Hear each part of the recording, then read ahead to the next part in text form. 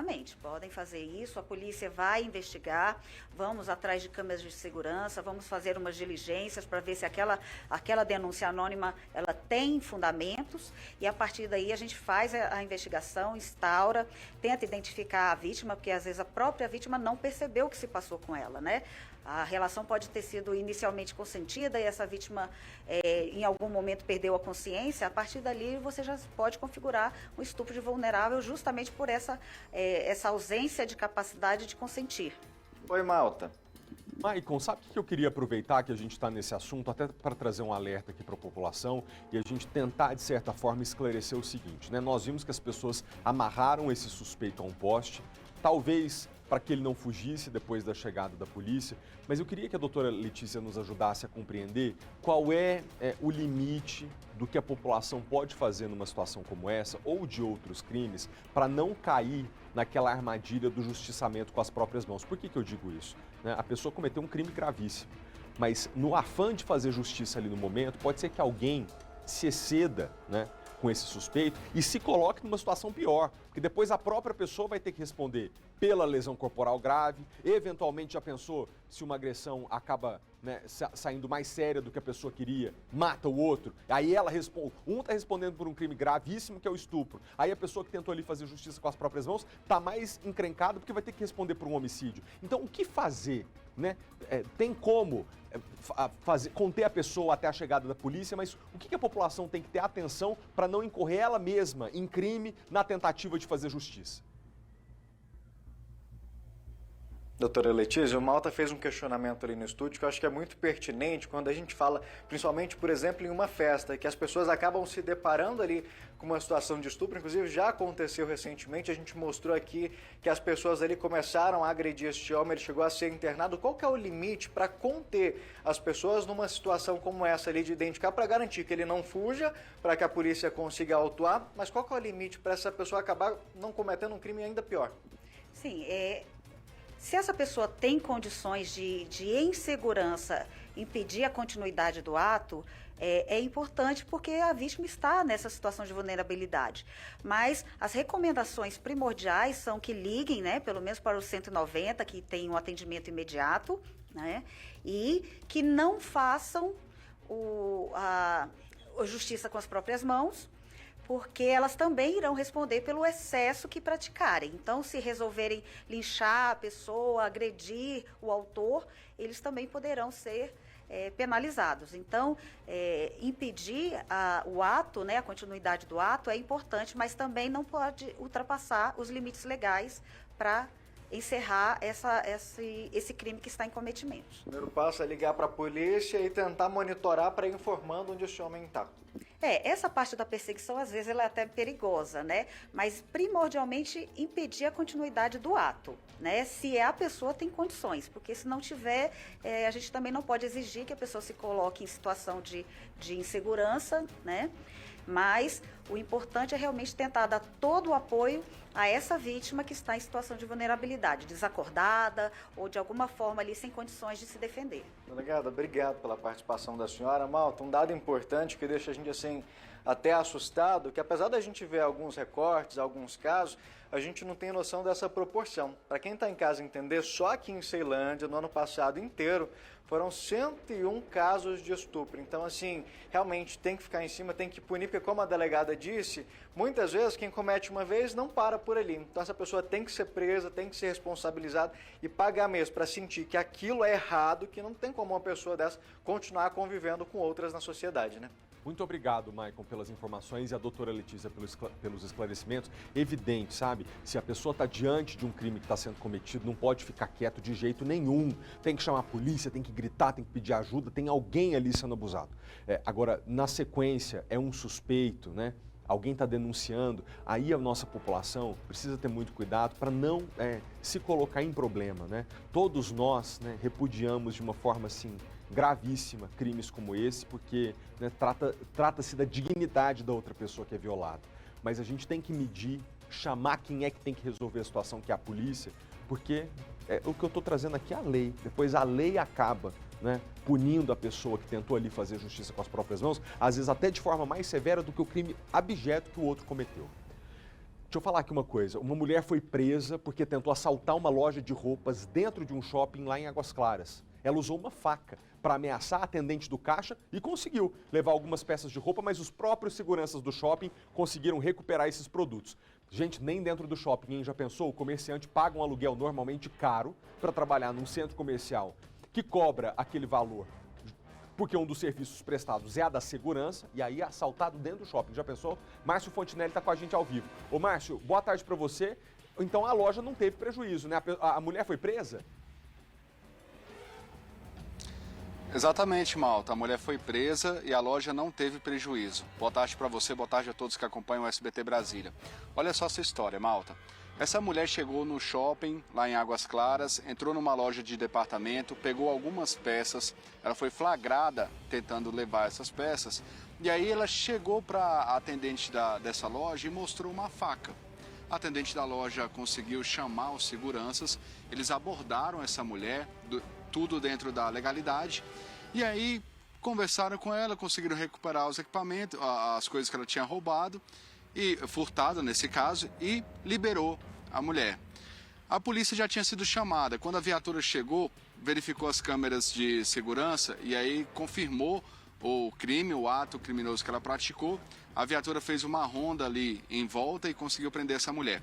O que chama atenção nesse caso, Malta, é o seguinte: depois que essa mulher foi pega pelos seguranças e foi retirada do shopping, convidada a se retirar do shopping, ela foi até a administração do shopping para reclamar. Ela não gostou não de ser tirada do shopping. Bom, acabou presa. Major Michela está aqui com a gente, vai contar um pouquinho para a gente sobre essa ocorrência. Major, quando a guarnição chegou até o shopping, qual foi o cenário que eles encontraram? Boa tarde, Malta, boa tarde a todos. A gente conseguiu deter a mulher. A gente viu pelas filmagens que ela tinha cometido o crime. E levamos a mulher junto com as vítimas para a delegacia, onde ela foi autuada. E aí, no caso, qual que é o procedimento correto a ser feito, Major, pelos seguranças do shopping? Até porque é o seguinte, essa mulher ela estava com uma faca e aí eles não retiraram essa faca dela, eu acredito que seja realmente esse o procedimento, mas nesse caso, qual é a melhor forma de agir? É chamar a polícia militar mesmo, porque ela está com uma faca, quase sempre segurança do shopping não tem um armamento, não anda armado, e é muito perigoso eles tentar desarmar. Pode ser até uma mulher, mas é muito perigoso eles tentar desarmar essa mulher, um homem, qualquer um que seja armado com uma faca. Major, a gente sabe que essa é uma decisão discricionária da delegacia de polícia, mas dentro da experiência do senhor, no caso dessa mulher ter pego algumas roupas e mostrado a faca, caracteriza roubo ou furto? Sim, no começo ela tentou furtar, viu que ia ser pega, aí ameaçou com a faca, então isso caracteriza como roubo. E na hora que ela foi presa, ela chegou a comentar alguma coisa com a guarnição, se defender de alguma forma, já que ela teve a cara de pau de até a administração do shopping reclamar que foi retirada do shopping. Quando ela foi detida, ela chegou a comentar alguma coisa? Sim, comentou várias coisas, mas as imagens foram bem claras. E os policiais militares argumentaram pelas imagens e levaram para a delegacia, onde ela foi autuada. E aí ela vai responder pelo quê? O que ela pode responder, né? Como eu falei antes, isso é uma coisa que é discricionária da Polícia Civil, mas dentro da experiência do senhor, ela pode responder pelo quê? Ou pelo furto tentado, ou pelo roubo tentado. E o fato dela estar com uma faca agrava isso? Agrava, porque aí é o crime de roubo. E ameaça também as funcionárias ali da loja. E Major, quando um funcionário de uma loja perceber uma situação como essa, a funcionária conseguiu acionar os seguranças do shopping, mas nesse caso também, naquele primeiro momento, naquele primeiro contato com o criminoso ou a criminosa, qual que é o procedimento correto também? Se vê que está acontecendo isso, chama o segurança do shopping, né, o segurança da loja, para abordar a pessoa. Caso seja um roubo, aí o ideal é só visualizar as características físicas, evitar a reação e acionar a polícia militar imediatamente. E se tiver imagem de câmera, passar para os policiais para facilitar a identificação e a prisão do criminoso. Obrigado. Malta? Sabe o que é, Márcio? Porque tem uma outra história que eu queria que você aproveitasse a presença do Major Michelo para explicar para a gente, porque teve um outro caso atendido pela Polícia Militar, pessoal. Um homem que foi preso por receber notas falsas, dinheiro falso pelo correio. Como é que a polícia descobriu esse criminoso atuando? Ele cadastrou o endereço de um policial para receber essas notas. Ô Márcio, esse homem era na porta da casa para poder esperar o correio entregar essa encomenda. E como é que a polícia descobriu? Isso, Malta. Ele fazia da seguinte forma. Ele pedia a encomenda, né? E ele cadastrou um endereço para receber essa encomenda. Até então ele não sabia que esse endereço era de um policial militar. Como é que ele recebia essa encomenda? Na data prevista da entrega, ele parava o carro na porta dessa residência e ficava lá aguardando até chegar o motoqueiro do correio, ou então aquele furgão do correio, para receber essa encomenda. Quando chegava o representante do correio, ele descia, ficava ali na porta, não, eu sou morador, tal, eu quero receber aqui já a minha encomenda. Pegava e ia embora. Como ele foi preso? Como ele estava na porta de um policial, então o policial, é claro, tem toda a experiência, né, já vive toda essa situação, entende bem como é que funciona, o policial suspeitou daquele carro branco parado na porta. O policial saiu e conversou com esse rapaz, falou com ele, ué, o que você está fazendo aqui na porta, o que está acontecendo? E esse rapaz, ele afirmou que o carro dele estava quebrado. O policial desconfiou e na casa do policial tem câmera de segurança. O policial então voltou para a casa dele, começou a verificar a câmera e aí sentiu que ali não tinha alguma coisa certa. Foi quando ele viu que chegou, o correio chegou para fazer uma entrega, ele saiu, ele flagrou o homem recebendo essa encomenda. Aí o homem fugiu, tentou correr, mas o policial conseguiu deter esse rapaz e conseguiu prendê-lo. Major, dentro desse caso, parece que esse homem aí já tem várias passagens pela polícia, inclusive por falsificação de dinheiro, né? Estou até aqui agora falando isso, novamente, né? A gente sempre bate na tecla. A população cobra muito a polícia. Mas olha, imagina, esse cara tem 12 passagens só pela polícia militar para estelionato. Só com moeda falsa ele foi preso 5 vezes. Sem contar adulteração de chassi, porte de arma, roubo, vários outros crimes. Então a polícia militar tem feito o papel dela. E esse homem também tem várias passagens no Goiás, no estado do Goiás, e também pela Polícia Civil. Então é um bandido, a gente colocou até no título, nível hard, né? É um criminoso profissional. E esse policial que prendeu esse homem, ele já prendeu vários outros estando de folga. Até na frente da casa dele teve um furto, na frente da residência, ele foi lá e conseguiu prender 2 criminosos esses dias atrás. E os policiais prendem muito na hora de folga. E é isso, a população tem que entender que um criminoso como esse tem que ficar na cadeia e que a polícia militar tem feito o papel dela. Infelizmente a cobrança cai na gente, mas se esse criminoso tivesse preso e pago pela pena, pelo crime que cometeu, ele ia ter medo de cometer novamente, só que eles não têm mais medo. E esse criminoso aí fazendo isso, recebeu várias notas de R$200, ia passar para um comerciante, ia passar para uma outra pessoa que ia levar o prejuízo. Mas graças a esse policial militar do BP Cães aqui, conseguiu prender esse indivíduo e tirar mais uma vez de circulação. E uma curiosidade, malta, se é que a gente pode chamar dessa forma. Esse homem, ele tinha uma tornozeleira eletrônica, então ele estava já sendo monitorado pela justiça. O Michelo falou aqui, eu quero complementar, a gente estava conversando sobre isso no nosso link de ontem também, sobre o caso daquela advogada que foi agredida por aquele advogado, o caso da Gisele e da Tuane. A gente estava comentando a mesma história. A polícia vem, faz a prisão e aí por conta das leis, esse tipo de pessoa é solto, né? Esse tipo de pessoa é solta. Então tem toda essa dificuldade com relação a isso. Major, a gente falou sobre a questão dos shoppings, como é que é a questão da segurança, e nesse caso também eu queria que o senhor alertasse a população e como é que ela pode ajudar a polícia. Notou que tem alguma coisa estranha ali na frente, como é que ela pode agir? A população tem que trabalhar junto com a polícia. É essencial, isso no mundo todo é assim. E um vizinho conhecer o outro, conhecer os carros que são da sua rua, vê um carro estranho, vê uma pessoa estranha em atitude suspeita, liga para uma viatura abordar. Informa para os policiais, passa a placa, pega o máximo de dados possíveis, que a polícia militar vai até o local e verifica. Como nesse caso era um policial militar, então ele já tinha a experiência, soube o que fazer, e em outros casos a população ajuda bastante. Quando ela vê alguém em atitude suspeita, ela liga para a polícia, e quase sempre é um flagrante certo, e a polícia militar vai lá e tira mais um criminoso de circulação. Perfeito, obrigado, Major. Só lembrando, malta, que a gente tem que aconselhar as pessoas a nunca reagirem a qualquer tipo de situação de crime. Então, nesse caso, o policial tinha experiência, mas se uma pessoa estiver na porta da casa dela e notar, é claro, ela não deve sair e abordar essa pessoa suspeita.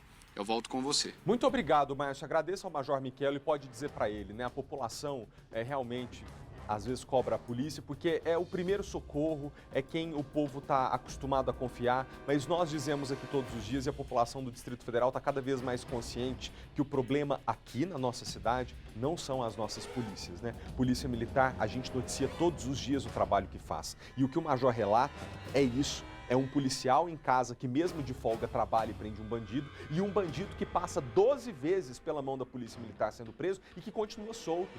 Cadê justiça nesse país? Não existe.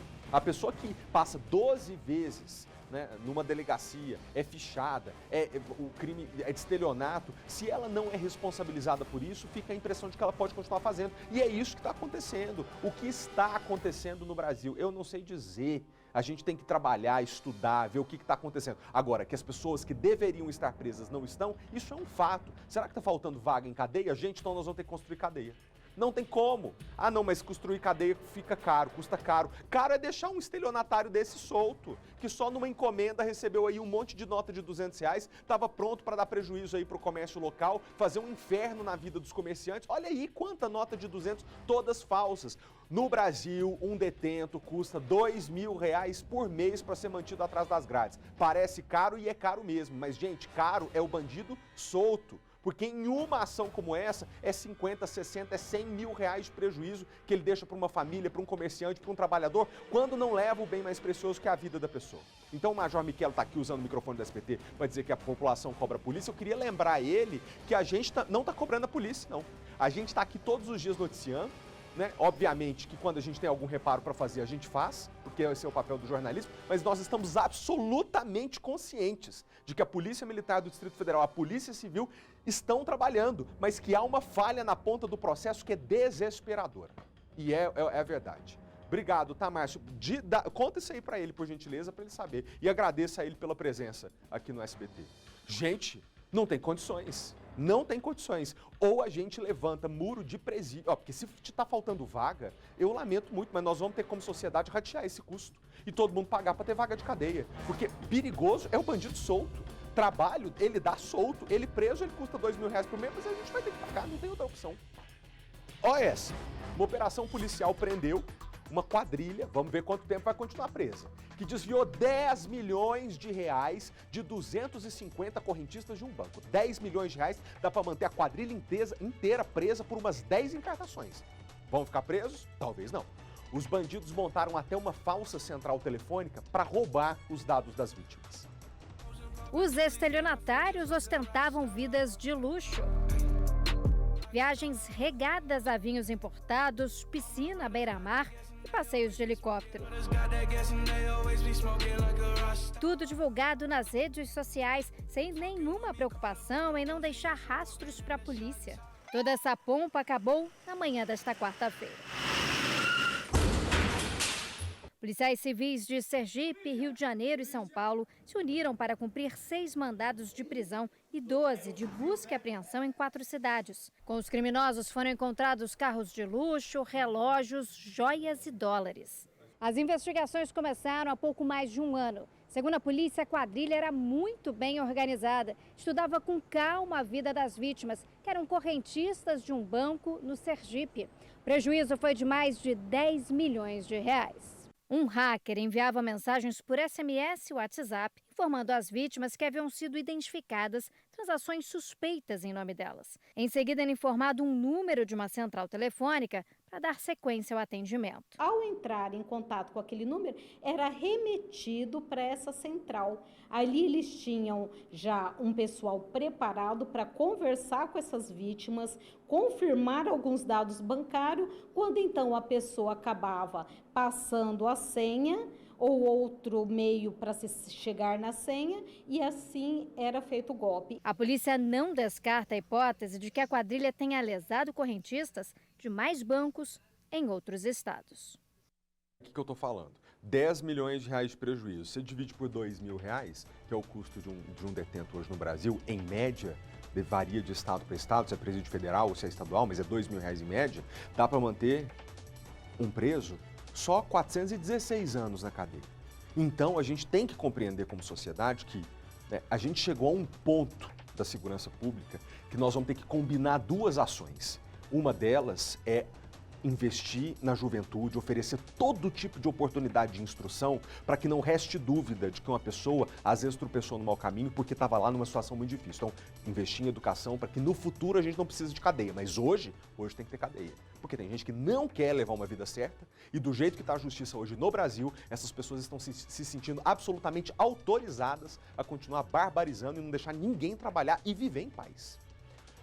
Ontem nós mostramos aqui no jornal, vocês viram um caminhão do Serviço de Limpeza Urbana do Distrito Federal, que é o SLU, tombou em cima de 3 carros, lembra? Lá em Águas Claras, graças a Deus não tinha gente dentro dos carros, só os rapazes que trabalham na limpeza, o pessoal dos garis que estavam ali no caminhão, como o caminhão tombou, né, eles se machucaram, mas graças a Deus não foi nada com gravidade. As informações preliminares que a gente teve ontem é que o motorista teria perdido o controle do caminhão. Só que nós vamos voltar no assunto agora porque a gente teve acesso às imagens das câmeras de segurança que mostram o exato momento em que esse caminhão tombou. Vamos assistir junto? Olha só. Vamos lá, essa aí é a rua 33 Sul ali de Águas Claras. O que chama a atenção, veja, vamos ver. Olha. Uai, gente, parece que eu acho que esse rapaz fez essa curva em velocidade acima do permitido, né? Olha ali, a gente vê até pela velocidade dos carros em volta, ele não reduziu antes de fazer essa virada aí à esquerda. Olha o pessoal ali atrás, os trabalhadores que acabaram tendo que pular. Pois é, graças a Deus não se machucaram com mais gravidade, mas já pensou se eles tivessem sido jogados em cima de um outro carro que passa por cima da pessoa? Ia ter sido horrível. É a Daniela Brito que está com a gente ao vivo, não é? Dani, quais são as informações que você tem pra gente? Boa tarde, bem-vindo ao jornal.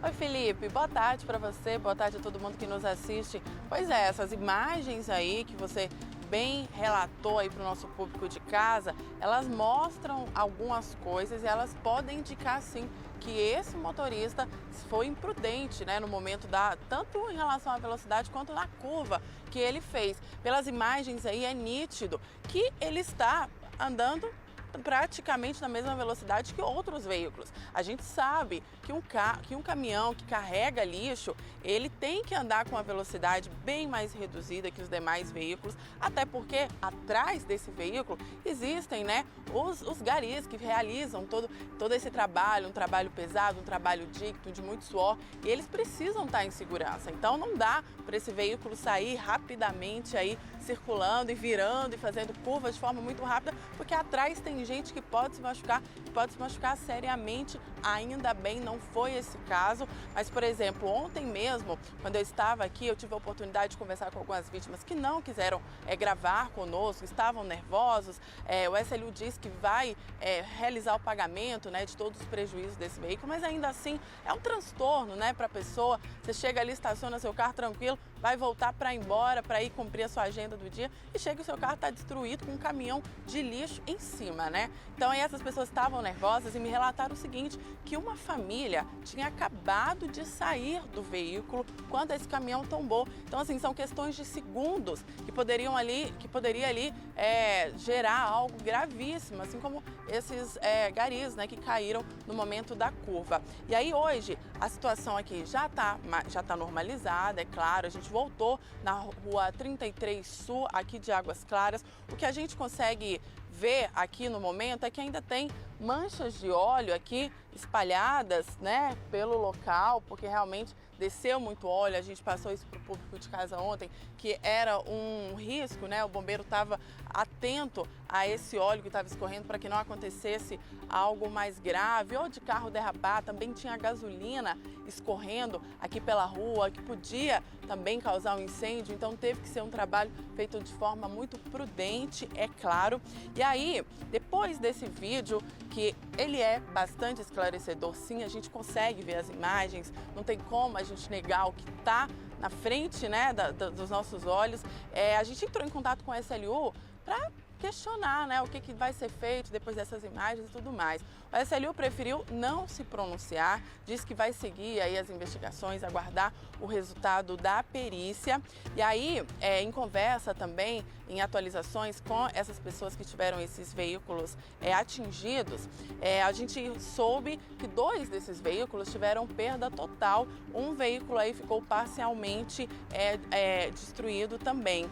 Mas então, o que temos até o momento é essa imagem, Com certeza, Malta, essa história ainda vai render bastante. A gente vai ter informações para passar aqui para o público de casa, porque não dá para a gente esquecer algo sério que poderia ter se tornado algo muito grave. A gente sabe de quanto é importante esse trabalho dos garis na rua, da necessidade, e de quanto é importante que essas pessoas que estão atrás ali, atrás do caminhão, mas na linha de frente, né, recolhendo todo esse lixo, se arriscam. Então é necessário sim que exista prudência e que exista segurança, e por isso a gente não vai deixar esse caso esquecido. Malta, é com você. Obrigado, Daniela. A imagem é impressionante. E se a gente puder só repetir aí mais uma vez, gente, porque olha só, uma coisa é a velocidade da via. Aparentemente o caminhão até pode estar na velocidade da via, por quê? Porque o carro ali do lado está passando mais rápido. Outra coisa é a velocidade que você imprime num carro para poder fazer uma curva, então tem que reduzir.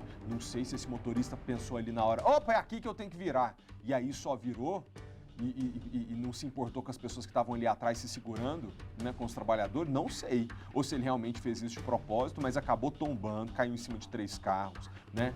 Eu espero que ele repense o jeito dele de conduzir o carro, o caminhão, porque é uma coisa muito séria. Esmaga 3 carros como aqueles e poderia ter gente dentro. Já pensou? Ia ser horrível, ia ser uma tragédia, né? Graças a Deus, esses 3 trabalhadores aí que foram lançados, jogados, olha lá, os 3 estão ali atrás de lá, ó. Também outra coisa que pode ter acontecido é o freio ter falhado, né? A perícia vai ter que identificar exatamente o que aconteceu. Talvez não foi nem um erro de conduta do motorista. Mas aí é complicado, o SLU vai ter que fazer manutenção em todos os carros. Um caminhão pesado desse, um veículo pesado, que eventualmente anda numa rua, qualquer que seja do Distrito Federal, mas especialmente aqui na nossa região, que é cheio de avenida de alta velocidade, pode provocar um estrago mesmo. Então a perícia tem que identificar o que aconteceu. Olha lá, os trabalhadores são lançados, gente. Graças a Deus tiveram só ferimentos leves, o nosso abraço para eles, inclusive nosso agradecimento, né, gente? Porque é um trabalho muito importante, tem que ser valorizado. Deixa eu trazer aqui para vocês outra informação aqui agora. A polícia está investigando um grupo de fiscais tributários de Santo Antônio do Descoberto. Esse pessoal é suspeito de aumentar o valor do imposto do contribuinte se eles não recebessem propina. Esse grupo supostamente agia há pelo menos 5 anos. A polícia cumpriu 6 mandados de busca e apreensão dentro do prédio da Prefeitura de Santo Antônio do Descoberto. Segundo os investigadores, os suspeitos eram servidores efetivos e trabalhavam no município de Santo Antônio do Descoberto, em Goiás, há pelo menos 15 anos. Ainda não se sabe se há outros envolvidos no esquema criminoso. O grupo atuava fazendo remissões parciais ou totais de impostos municipais como IPTU, ITBI e uso de solo, sob exigência de propina de contribuintes que tinham imóveis no município. A polícia encontrou os suspeitos depois de uma denúncia feita pela própria prefeitura. 3 pessoas foram presas preventivamente e outros 2 foram suspensos dos cargos públicos. A justiça determinou bloqueio de cerca de 3 milhões de reais em bens dos 5 investigados. O grupo é suspeito de exigir propina dos contribuintes para diminuir o valor dos tributos. A depender do pagamento ou não da quantia, os fiscais aumentavam ou diminuíam a quantidade de impostos cobrados do cidadão. Gente, até com essa matéria aqui que nós vamos chamar, eu lembrei que meu carro está na reserva. Cheguei hoje aqui na TV, o marcador de combustível está lá, 5 quilômetros. Ou eu saio daqui e abasteço ou eu vou ficar na rua. O assunto agora é combustível. Não é possível que a gente vai pagar o preço que a gente está pagando e vai ter posto aqui no Distrito Federal que ainda vai colocar combustível fraudado, né, adulterado no carro da gente. Até para prevenir isso, teve uma fiscalização do PROCON e da ANP. 50 postos revendedores de combustíveis foram vistoriados em todo o DF. A fiscalização da ANP priorizou os locais que apresentaram denúncias dos consumidores. Se o consumidor tiver algum indício, preocupação com combustível, ele deve denunciar a ANP. A boa notícia para os consumidores é que a qualidade do combustível do DF é boa. Não houve nenhum problema de qualidade. Houve apenas 2 bombas que foram interditadas por o problema que a gente chama de bomba baixa, quando a quantidade depositada no tanque do veículo é menor do que a indicada no painel da bomba. Os testes são feitos na hora. Neste posto de combustível que fica no CIA, os fiscais checaram se a quantidade de combustível que sai da bomba bate com o indicado no visor. Chegou no posto para abastecer, é importante estar atento a alguns detalhes. Toda bomba de combustível precisa ter esse selo do Inmetro, que mostra que o equipamento foi vistoriado. E esse lacre de segurança que fica bem aqui, ele nunca pode estar rompido. Agora, mesmo assim, abasteceu, percebeu alguma coisa de diferente no carro, quer fazer denúncia para a ANP, é importante ter a nota fiscal de compra do combustível e também o CNPJ do posto. Essas informações, elas ficam de forma bem fácil de visualização pelo consumidor em plaquinhas, adesivos instalados nas bombas de combustível. Vale checar as condições de limpeza e o atendimento no posto.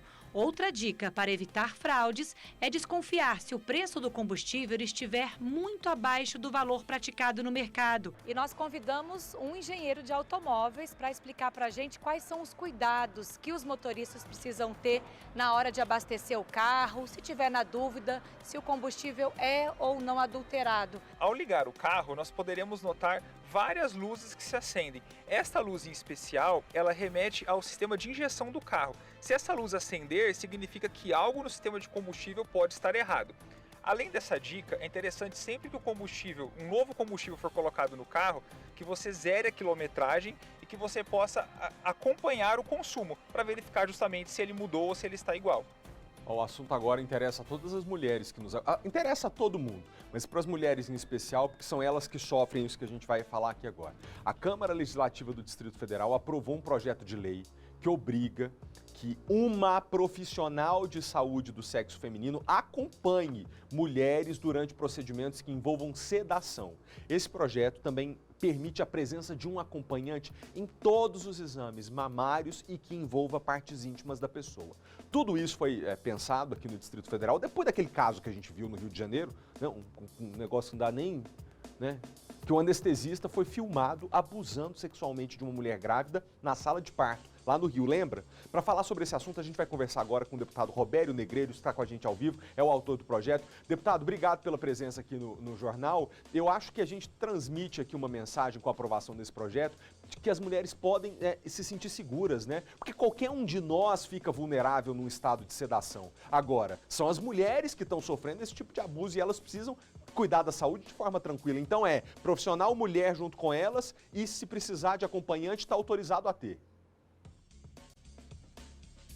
Isso, primeiro agradecer a oportunidade, dizer que aprovamos já esse projeto em primeiro e segundo turno, agora aguardar a sanção do governador, se Deus quiser ele vai sancionar essa lei na íntegra. Eu creio que o Distrito Federal precisa dessa legislação, como você mesmo disse, é uma atrocidade isso, a pessoa vai fazer uma cirurgia, um procedimento médico e acabar tendo um estupro, isso é uma coisa horrorenda que nos dias atuais, e esse projeto ele vai justamente exigir que uma profissional da área da saúde, seja um enfermeiro, um técnico de enfermagem ou uma médica, possa acompanhar na íntegra o procedimento de mulheres que estejam em processos de indução de anestesista, da questão não tendo a consciência enquanto está fazendo esse procedimento. Então isso é muito importante. E eu queria dizer também que o Distrito Federal pode ser o segundo estado a ter essa legislação. O primeiro estado que já tem uma lei já vigente é o do Rio de Janeiro. Ô, deputado, agora a expectativa é da sanção do governador. Agora, é bem provável que o Executivo vá sancionar sem qualquer alteração, né? Essa é a expectativa de vocês. Eu creio que sim. O projeto ele foi elaborado com bastante tecnicismo, né? Aqui em meu gabinete, e de uma forma muito simples, deixando essa obrigatoriedade. O Estado, a gente não vai mexer na questão da organização do Estado, então não teria nenhum tipo de vício de iniciativa, porque é apenas uma realocação de profissionais para essas cirurgias que eu digo das mulheres, né? Das mulheres que passem por anestesia e a questão não tendo durante o procedimento. Então você tendo uma profissional do sexo feminino, isso ajudaria muito para que esse tipo de coisa não possa acontecer. Não precisaria de uma lei dessa, mas infelizmente aconteceram muitos atos desse por todo o país e eu fico muito satisfeito de ter participado dessa construção e, em especial, no mês da mulher. Nós estamos no mês de março da mulher e espero que o governador sancione o mais rápido possível essa lei para que todas as mulheres aqui do Distrito Federal tenham essa segurança. Deputado, muito obrigado, tá, pela participação. É como o senhor disse, né? Há coisas que a gente nem imagina que precisa ter uma legislação para regar, porque está tão no campo do absurdo que só quando acontece que a gente se depara com a necessidade de legislar sobre, entender que tem que ter uma proteção ali para as mulheres por conta de casos como esse que a gente viu no Rio de Janeiro. Um abraço para o senhor, bom trabalho aí na Câmara, tá? Obrigado pela presença. Queria dizer para você que a gente está com ótimas expectativas nessa legislatura da Câmara Distrital, né? Acho que os 24 deputados, eles compõem uma representação muito boa do Distrito Federal e a gente está aqui na torcida para que essa lei, que é muito benéfica, e outras sejam aprovadas para que a população seja beneficiada, que é a razão do seu trabalho, do meu, né? A razão das nossas existências precisa ser que a vida de todo mundo melhore. Então a gente está com excelentes expectativas para o trabalho de vocês. Obrigado, tá? Parabéns a toda a equipe aí, fico sempre à disposição. Parabéns Obrigado, às mulheres. Deputado. Ô, gente, queria trazer aqui o assunto da operação da Polícia Federal. Vocês acompanharam, começou ontem. Negócio, assim, gravíssimo, né? Seríssimo, para desarticular uma organização criminosa que estava planejando matar autoridades e funcionários públicos. A ação aconteceu em 4 estados e também aqui no Distrito Federal. 9 suspeitos foram presos. Entre os alvos ameaçados de morte está o senador e ex-ministro da Justiça e Segurança Pública, Sérgio Moro, e o promotor Lincoln Gaquia, que investiga essa facção criminosa, né, a principal que age hoje no país. Pela manhã, os agentes da Polícia Federal já estavam nas ruas. A operação aconteceu em 3 estados e no Distrito Federal. De acordo com a investigação, o plano de atentado era motivado por vingança. Incomodados com transferências entre presídios de líderes de uma facção criminosa e com o endurecimento das regras de visitas a penitenciárias federais, integrantes do PCC começaram a planejar os atentados e extorsões no ano passado. Um dos alvos da facção era o senador Sérgio Moro. Em 2019, enquanto era ministro da Justiça e Segurança Pública, ele assinou uma portaria restringindo as visitas em pátios de presídios federais e mantendo a proibição de visitas íntimas a líderes de organizações criminosas. O senador fez um pronunciamento no plenário do Senado. Ele estava acompanhado da esposa, a deputada federal Rosângela Moro. Desconheço, na história da República, um planejamento de organizações criminosas dessa natureza contra promotor do caso, que investiga o PCC, mas especialmente contra um senador da República. E a minha avaliação em relação ao crime organizado, ou nós os enfrentamos,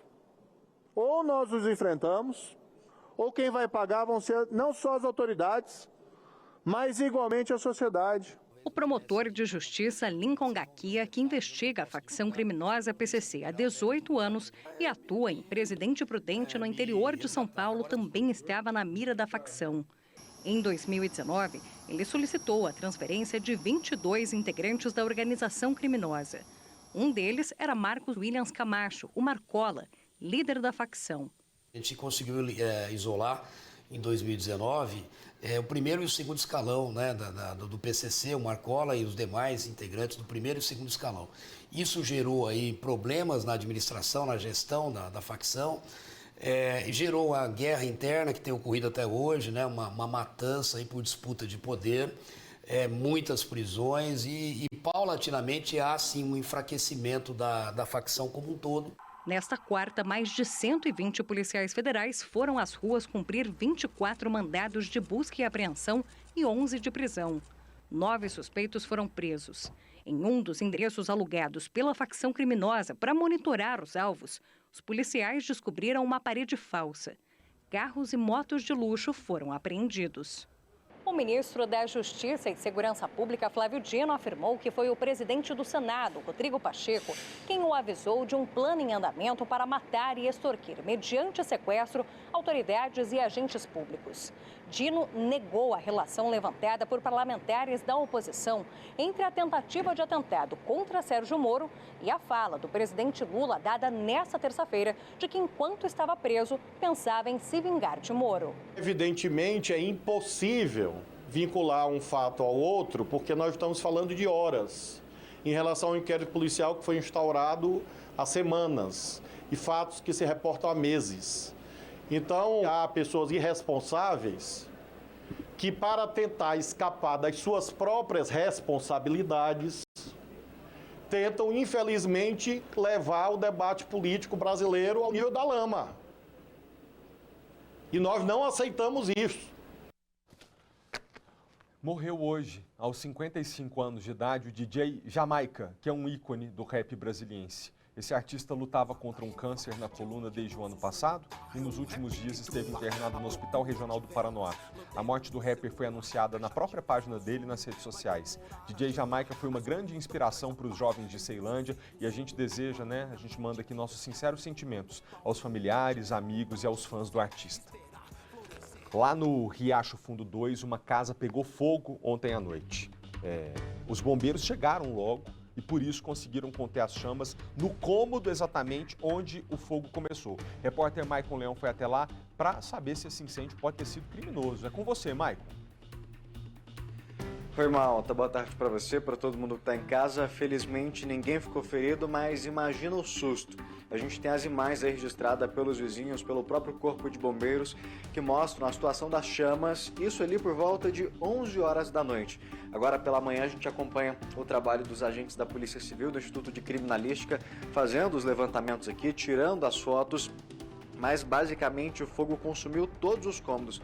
A gente está aqui em um dos quartos, a gente vê os policiais, os peritos fazendo esse trabalho de fotografia, levantando todos os indícios, Malta, porque o detalhe é o seguinte, infelizmente, a priori o que tudo indica que esse seja mais um daqueles casos que a gente tem mostrado frequentemente de ex-companheiros que não se conformam com o fim do relacionamento e acabam voltando. Para quem está em casa entender, nessa casa aqui vivia um casal, um rapaz de 20 anos, a menina de 18 anos, eles estavam juntos aí há cerca de 3 anos, mas no início da semana eles se separaram, até mesmo por conta de um comportamento meio agressivo por parte do rapaz. Ela decidiu que não dava para seguir mais com esse relacionamento. E na própria terça-feira ele teria ameaçado que acabaria com as coisas dela. Estavam separados. Ontem, infelizmente, na hora do ocorrido, ela não estava aqui na casa, quando os vizinhos começaram a ligar desesperadamente para a mãe dela, que mora na casa aqui ao lado, para alertar do que tinha acontecido. Aqui do lado de fora, Malta, para quem está em casa ter uma noção,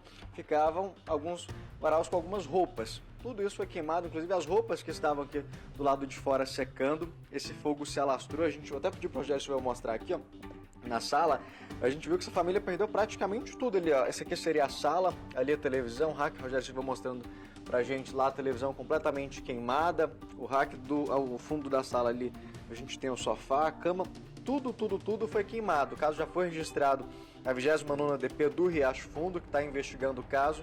Mas, ao que tudo indica, realmente aí, mais um rapaz que não se conformou com o fim do relacionamento, não aceitou esse término e acabou voltando. Ele até estava conversando com ela ali por mensagens na hora do ocorrido, não levantou nenhuma suspeita, simplesmente depois os vizinhos, ao perceberem o fogo, ligaram para o Corpo de Bombeiros e para a família para contar o que aconteceu. Como a gente disse, nesse momento a perícia faz esses levantamentos, até mesmo para confirmar essa autoria, e o caso, Malta, segue sendo investigado pela 29ª DP. A família conversou com a gente aqui antes, mas preferiu não gravar entrevistas justamente por estarem abalados com essa situação e, claro, querem justiça. A gente segue acompanhando e sem entender o que está acontecendo com a cabeça desses homens que não conseguem aceitar que acabou e que ali é o fim, né? E seguir a vida, né, gente? Pelo amor de Deus. Ninguém morre com de toco, não, com de um não de outra pessoa, que é direito dela dar o não, dar o sim, né? Você tem que seguir a vida. 12h31. Após denúncia do Ministério Público, a Petrobras demitiu um funcionário por assédio sexual. Segundo o relato de 3 vítimas, o petroleiro se aproveitava da condição hierarquicamente superior a elas para intimidá-las. Enquanto trabalhava, esta mulher foi assediada sexualmente. Eu tava lavando a pia, né? Que a gente tem que lavar a pia. Eu tava descosta. Ele entrou por aí, passou e me agarrou e segurou na pia. Eu não consegui sair. Ela conta que um colega presenciou tudo, mas o agressor continuou a intimidá-la. E aí entrou uma pessoa que viu, o rapaz passou, bebeu água e saiu. Aí ele voltou e falou assim, tá vendo aí, quem manda sou eu. Eu te protejo. Ele não vai falar nada, ele é fechamento, ele fecha comigo. O caso aconteceu dentro desta unidade da Petrobras, na zona norte do Rio, e foi parar na polícia. funcionário de carreira da companhia, Cristiano Medeiros de Souza, se tornou réu em um processo criminal. Ele responde à acusação em liberdade. Outras 2 funcionárias terceirizadas que trabalham na área de limpeza também resolveram denunciá-lo. A polícia investiga se esta mulher foi vítima de uma tentativa de estupro. Ele veio e botou o negócio dele pra fora. Falei, sai daqui, tira esse negócio daqui. E de racismo também. Ah, sua neguinha do cabelo duro. Ele começa cantando as mulheres, depois ele passa a perturbar as mulheres. Como ele não obtém sucesso, ele começa a ameaçar usando a condição dele de superior hierárquico em relação às outras 2 vítimas. Pelo que o inquérito está apontando, embora não esteja concluído, ele começou a usar inclusive violência física. A Petrobras afirmou por meio de nota que o funcionário em questão não trabalha mais na empresa e que abriu uma apuração interna. A companhia afirmou que não tolera qualquer ato de violência ou assédio. Já a empresa terceirizada Vinil Engenharia disse que disponibilizou um advogado para as funcionárias e ofereceu possibilidade de transferência. A defesa do acusado nega as denúncias. Olha, o Tribunal de Contas da União informou onde o ex-presidente Jair Bolsonaro deve entregar as joias e as armas que recebeu de presente da Arábia Saudita. A corte voltou a discutir o processo a partir de uma dúvida da defesa de Bolsonaro. Os ministros do Tribunal de Contas da União decidiram por unanimidade que o conjunto com relógio, caneta, abotoaduras e uma espécie de rosário que Jair Bolsonaro admitiu ter levado para o acervo pessoal deve ser entregue na agência da Caixa Econômica Federal em Brasília. Os diamantes que estão no depósito da Receita Federal no aeroporto de Guarulhos, em São Paulo, também devem ser encaminhados para o cofre da Caixa assim que o órgão encerrar o processo sobre a apreensão. O ex-ministro Bento Albuquerque disse que os diamantes seriam um presente para Michele Bolsonaro.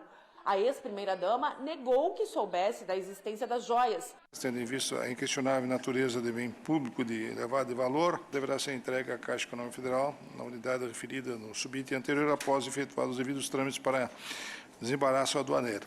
O TCU decidiu também que a pistola e o fuzil que foram incorporados ao acervo pessoal do ex-presidente devem ser levados para a sede da Polícia Federal aqui em Brasília.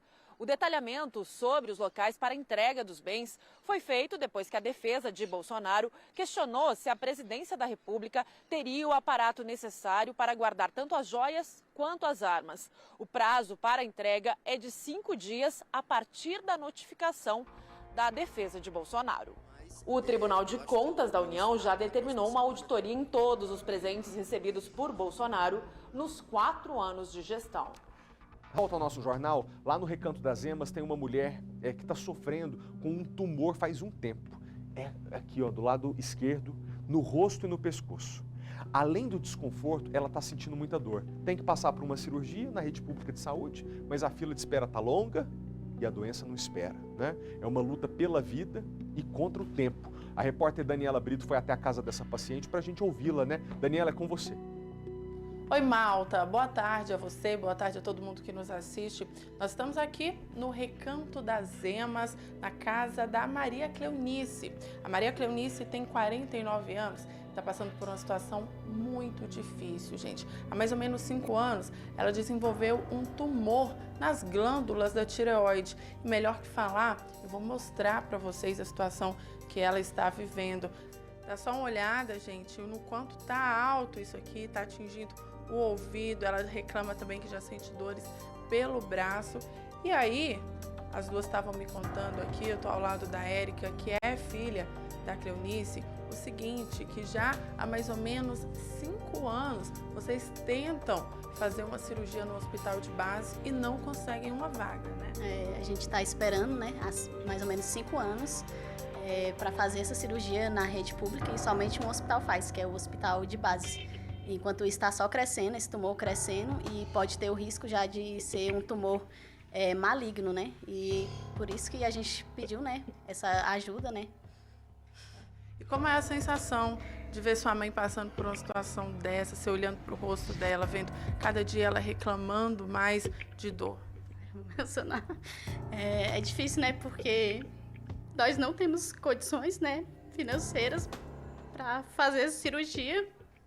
E vendo ela assim nesse estado, sentindo muitas dores no corpo, né? E ela tem que trabalhar porque ela não tem nenhum auxílio, né, do governo. Aí fica muito complicado. Então a gente apelou por todas as formas para tentar ajudar ela. O que a senhora sente, assim? Quais são os incômodos que trazem, né, esse problema aí que a senhora está nas glândulas? Eu sinto muita dor, tá atingindo até meu ouvido, né? Tô sentindo muita dor no corpo, tem dia que eu tô com febre, sentindo muita dor de cabeça também, tô me sentindo mal. E quando vocês vão ao hospital, o que vocês recebem de resposta? O médico fala, né, que só tem que esperar, porque tem uma lista muito grande de pessoas para fazer cirurgia e então ele não tem como fazer nada, que é só esperar ser chamado. E não tem nenhuma previsão de nada. E é uma situação difícil porque é algo que as pessoas notam, as pessoas percebem, te perguntam, né? Deve incomodar ter que ficar respondendo toda hora. Vergonha com isso aqui. Aí gente me pergunta o que é. Aí eu só ando com o cabelo solto, né? Que as pessoas perguntam o que é. Eu falo que é o nó, tem que tirar. Aí tem gente que fica até rindo também, acho que é mangando de mim, eu não sei. Difícil. E aí, o que vocês precisam, já que essa parte da rede pública de saúde não conseguiu até hoje, em 5 anos, atender vocês, qual que é o meio que vocês estão buscando? Nós resolvemos, né, fazer uma vaquinha online para poder arrecadar um dinheiro, porque é um valor muito alto. Na rede particular fica no valor de 31 mil, mas pode aumentar esse valor porque tem honorários médicos, anestesista e tem o pós-operatório. Então nós resolvemos fazer essa vaquinha para poder arrecadar dinheiro para poder fazer essa cirurgia, né? Porque não temos nenhuma previsão na rede pública, né? Dona Maria, me conta qual que é o seu maior sonho hoje?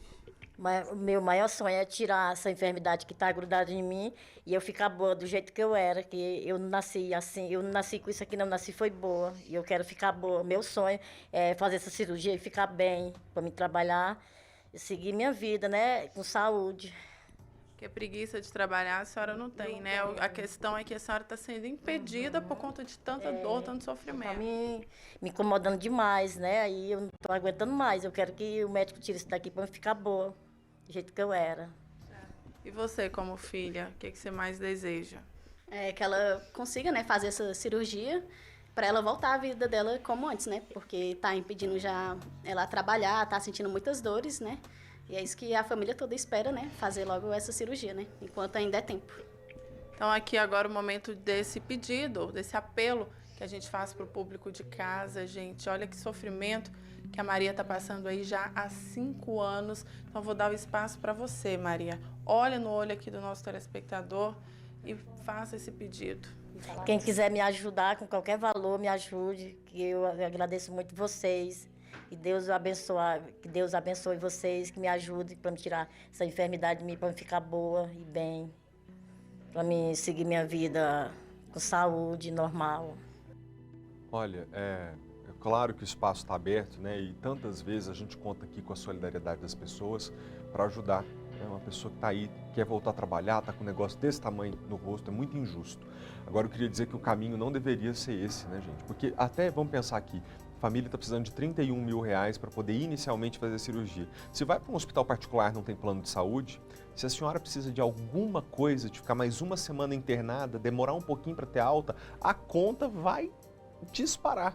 Então, o que deveria acontecer mesmo, né? A gente está pedindo a solidariedade das pessoas porque não está resolvendo. Mas o que tinha que resolver é a rede pública de saúde fazer isso. Não, gente. 5 anos esperando por uma cirurgia. Você viu o tamanho do tumor que está ali no pescoço dela? Não está certo. A gente entrou em contato com o IGES e a resposta foi que a espera para a cirurgia de cabeça e pescoço do hospital de base são autorizadas pelo complexo regulador de acordo com a capacidade instalada. Disseram que ainda não foi possível localizar a paciente no sistema de regulação. Como assim? Então a dona Maria Cleonice está aí há 5 anos tentando, nem ali no cadastro ela não está, fica muito difícil isso. Né? Infelizmente, viu, dona Maria Cleonice, nada mudou para a senhora até esse momento. Colocamos o seu depoimento aqui, até para servir de recado e alerta. Gente, tem que cuidar da situação dela. Tomara que mostrando aqui no jornal, alguém possa primeiro ver se está ali. 5 tudo bem que tem que entrar na fila de espera, tem gente esperando por cirurgia também. Mas ela está esperando há 5 anos. Não é justo que ela não tenha nenhuma resposta, nenhuma previsão. Como é que é? Quem puder ajudar, o telefone está na tela, pode colocar aí, por gentileza. Tá aí agora? A gente vai colocar daqui a pouquinho? Gente, isso aí para contar. Ó, 61998222996. Tá aí o telefone dessa família. Mas, de novo, eu prefiro que a gente consiga viabilizar isso na rede pública de saúde, porque é o correto. Né? Todo mundo paga muito imposto, a classe trabalhadora, sobretudo, tem direito a ter um serviço de saúde de qualidade. 5 anos de espera, né, é bastante. O Distrito Federal perdeu 5 posições no ranking nacional de saneamento básico, segundo o levantamento do Instituto Trata Brasil. E basta ir às áreas mais afastadas do centro de Brasília para entender o porquê dessa condição. Ainda tem muita gente vivendo em situação que não ajuda nada à saúde. 1.835.750.000 reais. Esse foi o valor investido pelo Distrito Federal entre 2017 e 2021 para ter o 20º melhor serviço de saneamento básico dentre as maiores cidades brasileiras. Com esse montante, a CAESB, Companhia de Saneamento Ambiental do Distrito Federal, calcula que 99% da população brasiliense tem acesso à água tratada e 92% a esgoto tratado. Mas talvez mais investimentos ainda devem ser feitos para atender a população. Não tem a rede de esgoto, não tem nada aqui, né? A rede de esgoto para a gente limpar as casas da gente, ainda tem as fossas que não é aberta. A reclamação da dona Pedrita não é por acaso. Brasília caiu 5 posições em relação ao ranking divulgado no ano passado e os números podem indicar o porquê. A média de investimento foi de 367 milhões de reais nos 5 anos. Em 2021, o último ano analisado, o total gasto foi menos da metade dessa média, 166 milhões e 800 mil reais. Água encanada, bueiros desentupidos e dutos subterrâneos escoam esgoto e ligam quase 100% das residências no centro de Brasília à rede geral. Mas a menos de 20 quilômetros do centro, a realidade é outra. Aqui na comunidade de Santa Luzia, a população não tem acesso à rede de esgoto por não ser uma área regularizada.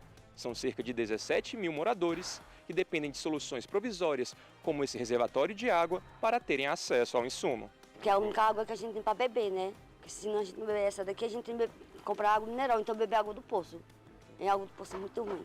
O levantamento realizado pelo Instituto Trata Brasil compilou os dados do Sistema Nacional de Informações sobre Saneamento e levou em consideração as 100 maiores cidades brasileiras, que concentram cerca de 40% da população.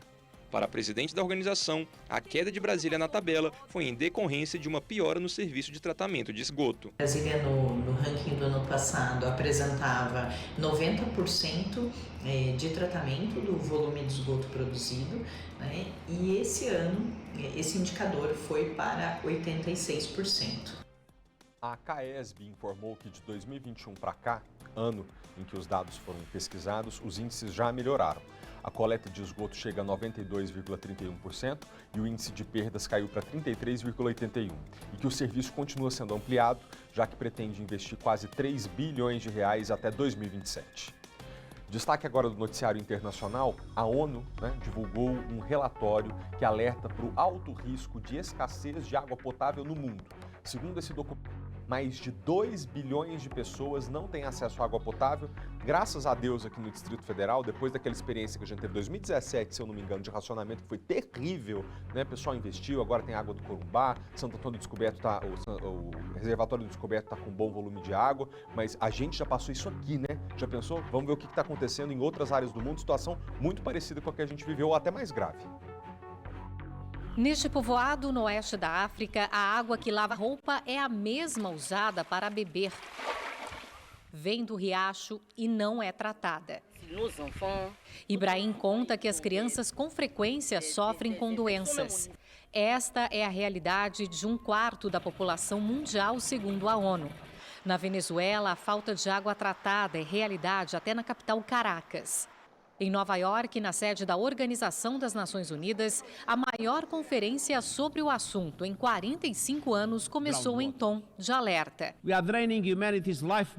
Estamos sugando o sangue vital da humanidade através de um consumo vampírico e insustentável, afirmou Antônio Guterres. Segundo o relatório da ONU, 10% da população já convive com o chamado estresse hídrico e enfrenta a falta de água em pelo menos um mês do ano. A maior parte dessas pessoas está hoje na África e no Oriente Médio. Com o consumo de água aumentando em cerca de 1% ao ano, a estimativa é que até 2050 o problema comece a afetar regiões que atualmente têm abundância, como a América do Sul. Segundo as Nações Unidas, os países precisam investir o equivalente a 5 trilhões de reais para que todos os habitantes do planeta tenham acesso à água. Esta é uma meta que surgiu em 2015 e que vai vencer nos próximos 7 anos.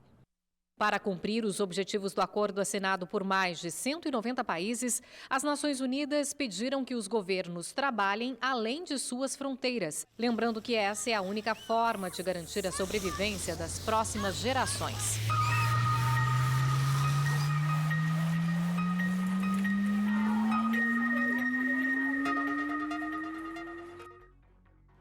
E aqui no Brasil a gente tem nós somos o país com o maior volume de água potável do planeta e a gente também não está cuidando da nossa água. Tanto que um outro relatório que foi divulgado nessa quarta-feira aponta que apenas 7% dos rios da Mata Atlântica têm água de boa qualidade. Pensou muito pouco, né? O dado é preocupante, já que mais de 70% dos brasileiros vivem justamente nessa região que foi analisada pelo estudo. Canalizado e espremido entre ruas da Zona Oeste de São Paulo, este riacho tem um nome nada atraente, Córrego da Água Podre, referência a um tempo em que sofria com a poluição. Nos últimos anos, projetos de saneamento deixaram a água mais limpa, a vida ressurgiu e o ambiente melhorou. Para passar aqui tinha que tampar o nariz, agora está bem melhor. Agora a gente consegue passar, consegue até ficar aqui debaixo da árvore. Mas casos como este, infelizmente, são cada vez mais raros em grandes centros urbanos. Um estudo do Instituto SOS Mata Atlântica concluiu que em mais de 90% dos rios da Mata Atlântica, a qualidade da água é ruim ou no máximo regular. Apenas 7% tem água classificada como boa. A gente está jogando água fora, a gente está desperdiçando água pelo fator poluição. As consequências são várias. Acho que a primeira é o aumento, o agravamento da insegurança hídrica. Água contaminada significa risco à saúde e à integridade das pessoas. Ter água nessa condição é um desserviço às cidades. O estudo colheu e analisou amostras de água de 120 rios em 16 estados do país, que estão nas áreas originalmente cobertas pela Mata Atlântica, onde hoje vivem mais de 150 milhões de pessoas. E o que apresentou o pior resultado foi este aqui, o Rio Pinheiros, que corta a cidade de São Paulo. Segundo ambientalistas, ações de despoluição, como este mutirão realizado em uma das represas do Sistema Cantareira, um dos maiores reservatórios do mundo, são indispensáveis para a limpeza dos mananciais. Ou a gente encara isso como um desafio da humanidade para a gente continuar vivendo bem enquanto sociedade, ou daqui por diante o risco da gente viver situações de crise, situações de estresse, tende a aumentar. De volta ao DF. A Polícia Civil investiga uma quadrilha que é suspeita de roubar e furtar mais de 10 casas na região de Ceilândia, Sol Nascente, Recanto das Emas, Taguatinga e São Sebastião. Quem vai trazer os detalhes para a gente é o repórter Maicon Leão. Maicon, de volta ao jornal, boa tarde outra vez. Como que esse grupo suspeito costumava agir? Oi, Malta, boa tarde novamente para você. Para quem está chegando agora ao SBT Brasília, foram 8 meses de investigações, Malta, e a polícia descobriu o seguinte, que esse grupo criminoso tinha inclusive uma preferência por casas que estavam vazias. Normalmente eles monitoravam ali, percebiam que os moradores não estavam em casa e aí a partir desse momento eles entravam. Foi assim que começou a investigação desse caso ali em julho. A polícia teve acesso, inclusive, a câmeras de segurança que mostram 2 desses criminosos entrando dentro de uma casa ali 10 horas da manhã, por volta de 10h40.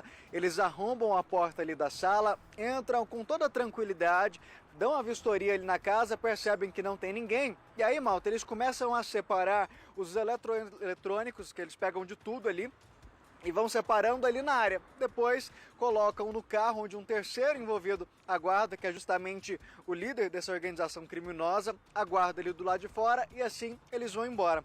A polícia começou a investigar esse caso que aconteceu aqui em Ceilândia, só que ao longo desses 8 meses, Malta, de investigação, a polícia descobriu que eles agiam em várias regiões do DF, como você adiantou, Sol Nascente, Sobradinho, até em Formosa. Lá eles agiram da mesma forma, aproveitaram que a casa estava vazia, entraram, selecionaram os eletroeletrônicos, levaram até um cofre dessa casa e aí hoje pela manhã a 15ª DP aqui em Ceilândia, onde nós estamos, deflagrou a Operação House Safe, que significa Casa Segura, que cumpriu 9 mandados de busca e apreensão, conseguindo recuperar aí, Malta, boa parte desses televisores, videogames, até mesmo uma arma que tinha sido levada por esses criminosos foi recuperada. A polícia conseguiu prender 2 desses envolvidos aí e no momento, Malta, em que essa operação ela foi deflagrada ali, os policiais conseguiram prender também um terceiro homem.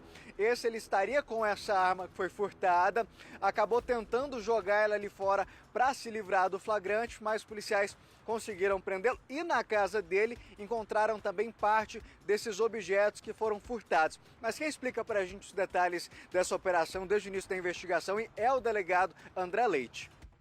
Os indivíduos agiam em trio, né, eram 3 criminosos, o mais experiente, o líder do grupo, permanecia no interior do veículo, enquanto os outros 2 tentavam subtrair casas aparentemente vazias. Ao se depararem com alguma vítima ou algum morador, esse mesmo era rendido, então o crime passava a se tornar um roubo, né, com uma pena mais grave. E aí eles conseguiam, através da rendição dessas vítimas, conseguiam fazer a subtração dos diversos aparelhos celulares, televisores, computadores, enfim, objetos de valor que guarneciam as residências. A gente vê pelas imagens das câmeras de segurança que eles têm muita tranquilidade na ação. Entram, claro, a residência está vazia, mas sem nenhuma preocupação de tentar pegar as coisas correndo e sair. Eles já eram experientes, frequentes nesse tipo de crime? Sim, o líder do grupo, que inclusive está na condição de foragido, ele é um indivíduo com extensa ficha criminal, muito experiente na prática criminosa e foi alcançado, mas infelizmente não capturado. E agora a Polícia Civil do Distrito Federal conta com a colaboração da população para que, caso tenha alguma informação relativa a esse indivíduo, faça uma denúncia através do 197. O denunciante terá sua identidade preservada e auxiliará a polícia na retirada de circulação desse indivíduo perigoso.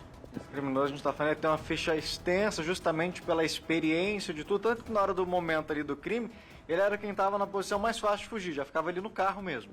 Isso, ele possuía essa função de coordenação, passava os comandos aos seus subordinados e com extrema astúcia conseguia fugir utilizando-se de um veículo com procedência indefinida, eram veículos que passavam na mão de vários indivíduos com placas trocadas, tudo isso visando dificultar a investigação, mas que com muita técnica e perseverança conseguimos elucidar esses diversos crimes. Doutor, a gente tem inclusive imagens desses objetos que foram recuperados nessa operação, são vários televisores, computadores, até mesmo arma de fogo, um simulacro, dá para a atenção que é uma arma de grosso calibre, tudo isso foi apreendido com esses criminosos durante o cumprimento desses mandados. Sim, foram 9 endereços, objetos de busca. Em um deles nos deparamos com a presença dessa arma de fogo, 300 gramas de cocaína, dinheiro em espécie e objetos oriundos dos crimes praticados pelos indivíduos, que já estavam sendo receptados por outros indivíduos, que acabaram sendo autuados em flagrante. Malta, a investigação apontou até agora pelo menos 10 residências, mas pode ser que esse número aumente. Eu estava conversando agora há pouco, inclusive, com uma dessas vítimas que mora lá em Planaltina.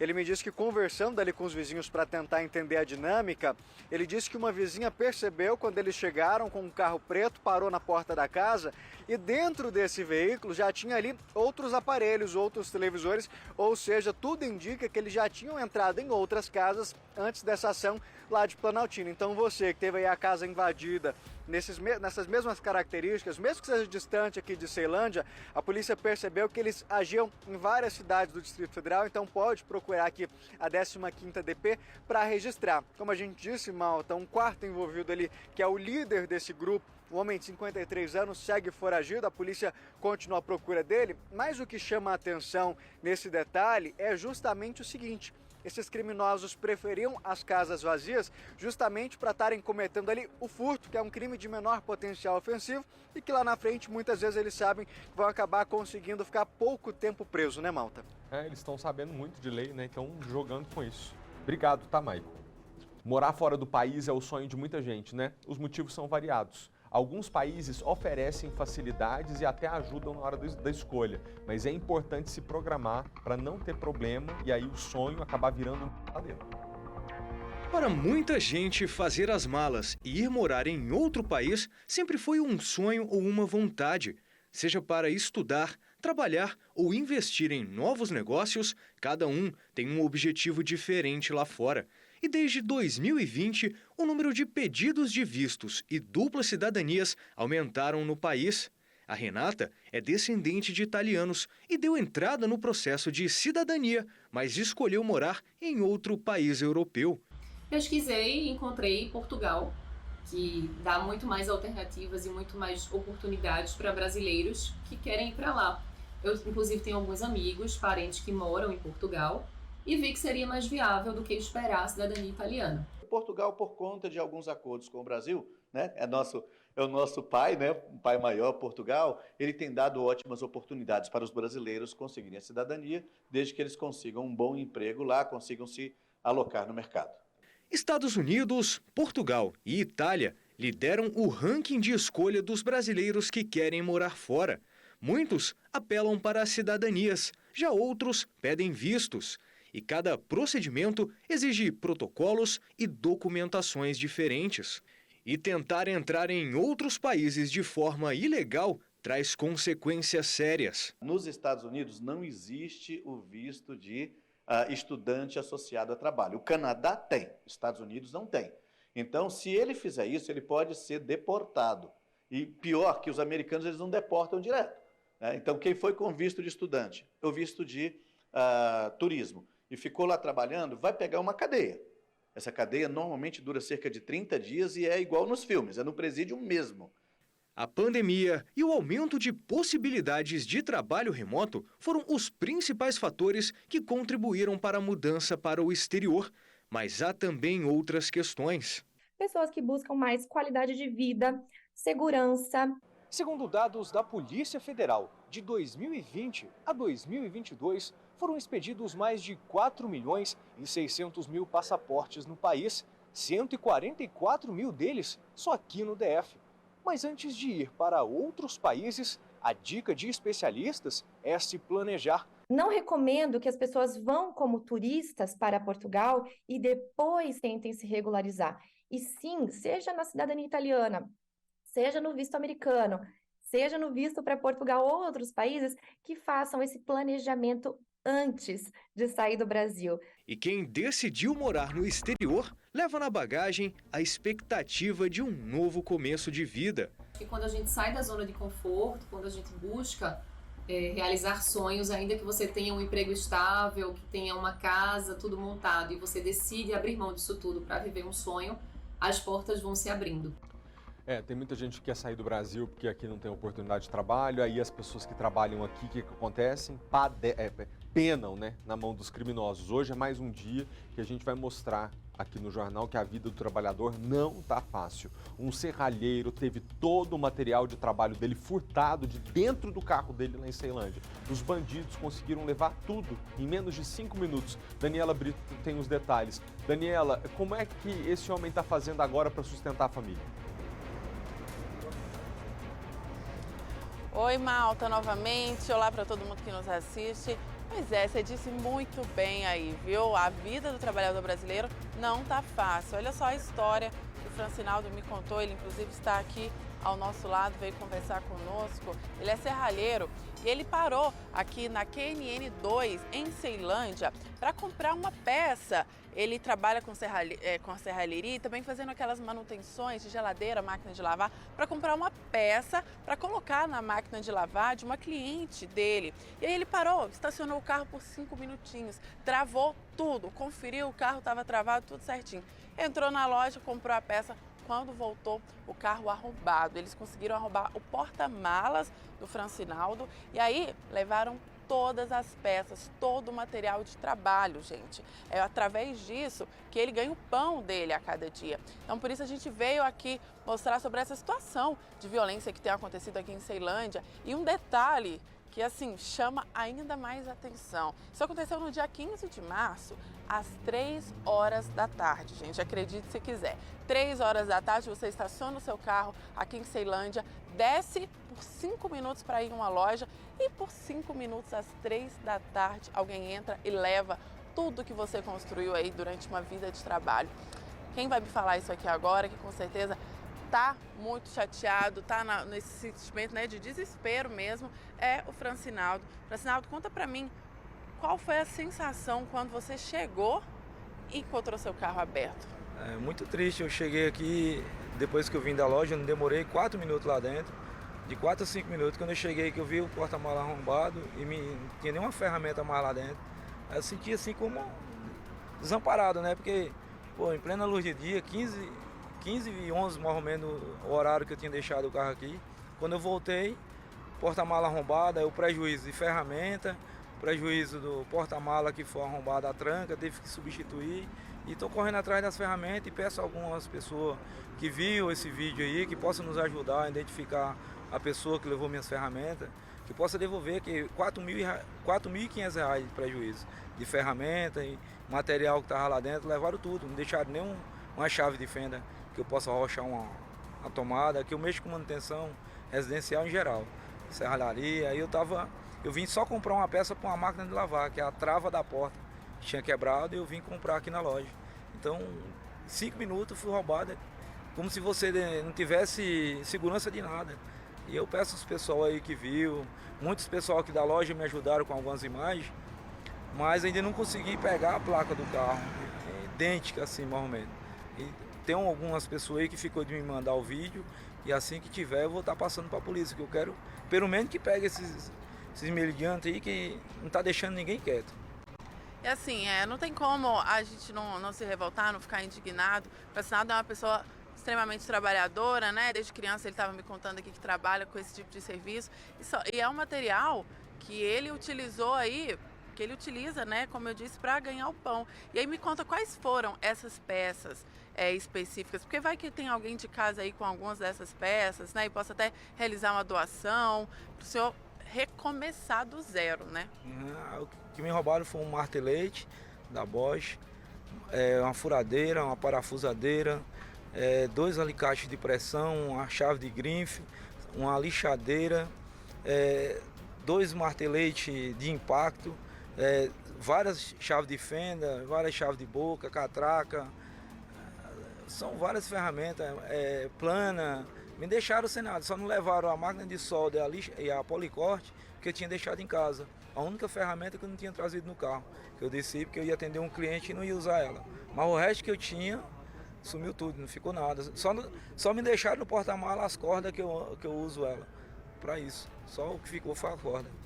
Então eu agradeço, senhor, pela participação, desejo boa sorte, que o senhor consiga aí recomeçar do zero, né, gente? Não é fácil, mas as imagens das câmeras de segurança podem aí ajudar a gente chegar até esses meliantes. Então quem tiver qualquer informação tem que entrar em contato, realizar a denúncia pelo 197. É com você, Malta. Obrigado, Daniela, por ter ouvido aí nosso amigo. E você que está em casa, né, se tiver alguma das ferramentas e puder doar para que ele volte a trabalhar, entre em contato lá no Instagram do SBT Brasília, que a gente repassa o contato dele. E, gente, difícil, a pessoa quer trabalhar, né, e aí arromba um porta-mala, leva um instrumento de trabalho. Muito difícil. Deixa eu trazer aqui notícia agora da CPI dos atos antidemocráticos na Câmara Legislativa do Distrito Federal. A CPI deve escutar os depoimentos do ex-secretário de Segurança Pública do DF, Júlio Danilo, e do tenente-coronel da Polícia Militar, Jorge Henrique da Silva Pinto. Os detalhes agora com Márcio Fontinelli. Márcio, boa tarde, bem-vindo de volta ao jornal. O que foi dito até agora aí de mais importante? Passou a cidade depois do dia 31 de outubro, me parece que as forças... Oi, Malta, mais uma vez boa tarde para você, boa tarde a todos que acompanham o SBT Brasília. Malta, o depoimento estava marcado para começar por volta de 10 horas da manhã e houve um pequeno atraso. Até agora, o Júlio Danilo, que é ex-secretário de Segurança Pública do DF, está prestando depoimento, ou seja, ainda não começou o depoimento do tenente-coronel como estava previsto. Malta, aí esse processo, quando ele iniciou, a primeira coisa que foi feita aqui na CPI foi a aprovação dos deputados para convocarem, aliás, para convidarem o general Gustavo Henrique Dutra de Menezes, que é ex-chefe do Comando Militar do Planalto, e também convidar o ministro de Estado, o atual ministro de Estado, chefe de Gabinete de Segurança Institucional da Presidência da República, o GSI, Marco Edson Gonçalves Dias. A palavra convidar é muito importante, porque como é um convite, eles não têm a obrigação de virem até a Câmara e participar. Mas, se eles não vierem, eles também podem ser convocados. Aí, nesse caso, eles serão obrigados a participarem da CPI, a testemunharem na CPI. Também foi aprovado a quebra de sigilo bancário e telefônico de 10 manifestantes que participaram dos atos no dia 8 de janeiro aqui em Brasília. Com relação ao Júlio Danilo, o ex-secretário de Segurança Pública, ele foi questionado com relação ao dia 8 de janeiro, que foi quando teve aquela invasão na Praça dos Três Poderes. Nesse caso, ele afirmou que ele não era mais secretário de Segurança do Distrito Federal, portanto, ele não participou daqueles atos dentro da área de segurança pública com relação a isso. Ele saiu no dia 2 de janeiro, que foi quando assumiu o ex-secretário de Segurança Pública, Anderson Torres. Ele foi questionado com relação ao dia 12 de dezembro. No dia 12 de dezembro foi a posse do presidente Lula. Então, nesse caso, perguntaram se ele participou do esquema de segurança, se ele ajudou no planejamento desse dia. Ele afirmou que sim, mas o planejamento ele estava com um certo foco no TRE, onde seria a diplomação, onde foi a diplomação do presidente Lula. E aí, quando ele aí ele teve a notícia de que um indígena foi preso e depois dessa notícia ele partiu para o prédio da Polícia Federal. Foi quando aconteceu o distúrbio ali, onde teve todo aquele problema, onde tentaram invadir o prédio da Polícia Federal. Ele foi questionado por que ninguém foi preso naquele dia. E ele afirmou que, naquele momento, a prioridade da polícia era conter o distúrbio. A gente lembra que, naquela época, carros foram queimados, ônibus depredados. Então, ele afirmou que, naquele momento, a prioridade era conter o distúrbio e depois fazer a identificação dos responsáveis. Ele também afirmou que no dia 12 de dezembro, ele teve todo um planejamento com relação à segurança, não só com relação ao TRE, mas também a todo o DF, mas que não tinha noção de que poderia acontecer aquele ato no prédio da Polícia Federal. Outro ponto importante que foi questionado o Júlio foi com relação ao acampamento que estava em frente ao QG do Exército, aquele acampamento político que estava lá. Ele foi questionado se foi adotada alguma medida para que fosse desfeito esse acampamento. Ele afirmou que entrou em contato com o Exército, que ele ofereceu o apoio do GDF ao Exército para desmontar esse acampamento, mas que não teve resposta. O depoimento dele continua, Malta, e daqui a pouquinho a gente volta com mais informações dentro da nossa programação ou então no SBT Brasília, segunda edição. Eu volto com você. Obrigado, Márcio. Bom trabalho. Para você que gosta, de acompanhar o noticiário político, o presidente Lula assinou na quarta-feira, ontem, em Recife, o acordo que compartilha a gestão de Fernando de Noronha entre a União e o estado de Pernambuco. A agenda de compromissos do presidente pelo Nordeste começou pela Paraíba. Pela manhã, Lula participou da inauguração do primeiro complexo híbrido de energia solar e eólica no município de Santa Luzia, no sertão paraibano. O presidente estava acompanhado da primeira-dama Janja da Silva e não discursou. No começo da tarde, Lula viajou ao Recife. Ao lado do ministro do STF, Ricardo Lewandowski, e da governadora de Pernambuco, Raquel Lira, Lula assinou o acordo entre o governo federal e o estado para a gestão compartilhada de Fernando de Noronha. O presidente não discursou, mas falou depois do evento. Agora vamos tratar de junto, Brasil e Pernambuco, a gente cuidar com carinho de Fernando de Noronha. Depois, Lula seguiu a um ginásio para o relançamento do programa de aquisição de alimentos. O projeto foi criado em 2003, junto ao programa Fome Zero, para garantir a segurança alimentar das famílias brasileiras em situação de vulnerabilidade. Eu vim aqui dizer ao Brasil, através dos ouvidos abertos do povo de Pernambuco, nós voltamos a governar esse país para mudar a história desse país. Lula não comentou a operação da Polícia Federal contra uma organização criminosa que pretendia atacar servidores públicos e autoridades. Depois dos compromissos em Pernambuco, o presidente embarcou para o Rio de Janeiro, onde cumprirá a agenda nesta quinta-feira. O Ministério da Educação lançou o programa Alfabetiza Brasil para avaliar e melhorar o ensino fundamental nas escolas municipais do país. A primeira medida vai ser a realização de uma pesquisa a partir de abril com professores das redes municipais. Valentina está sendo alfabetizada em uma escola municipal de Belém. Ela já escreve o nome, mas ainda tropeça na leitura. Complete as cruz.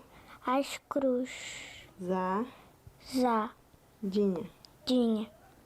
Complete as cruzadinhas. A mãe acompanha de perto. Eles vão aos poucos, por etapa. Eles vão começando de vogais, consoantes, eles vão juntando sílabas. Segundo a Base Nacional Curricular, que determina o conteúdo desenvolvido nas escolas de todo o país, os estudantes devem estar alfabetizados ao final do segundo ano do ensino fundamental. Mas, de acordo com o Ministério da Educação, estados e municípios têm diferenças no nível de ensino e não há uma padronização sobre o desempenho dos alunos considerados alfabetizados. Para enfrentar o problema, o MEC e o INEP, Instituto Nacional de Estudos e Pesquisas Educacionais Anísio Teixeira, anunciaram a criação de uma política nacional de alfabetização a partir de uma pesquisa com professores de 300 municípios do país. O levantamento começa em abril e deve ser concluído em maio. Estamos falando de exercício de cidadania. Quando nós vemos a fragilidade no letramento, nós temos muito mais possibilidade de ter uma sociedade que não consegue decodificar, não consegue interpretar textos, né? A gente volta agora a falar do caso de estupro em Ceilândia. Um homem suspeito de ter abusado de uma moradora em situação de rua na QNM 8.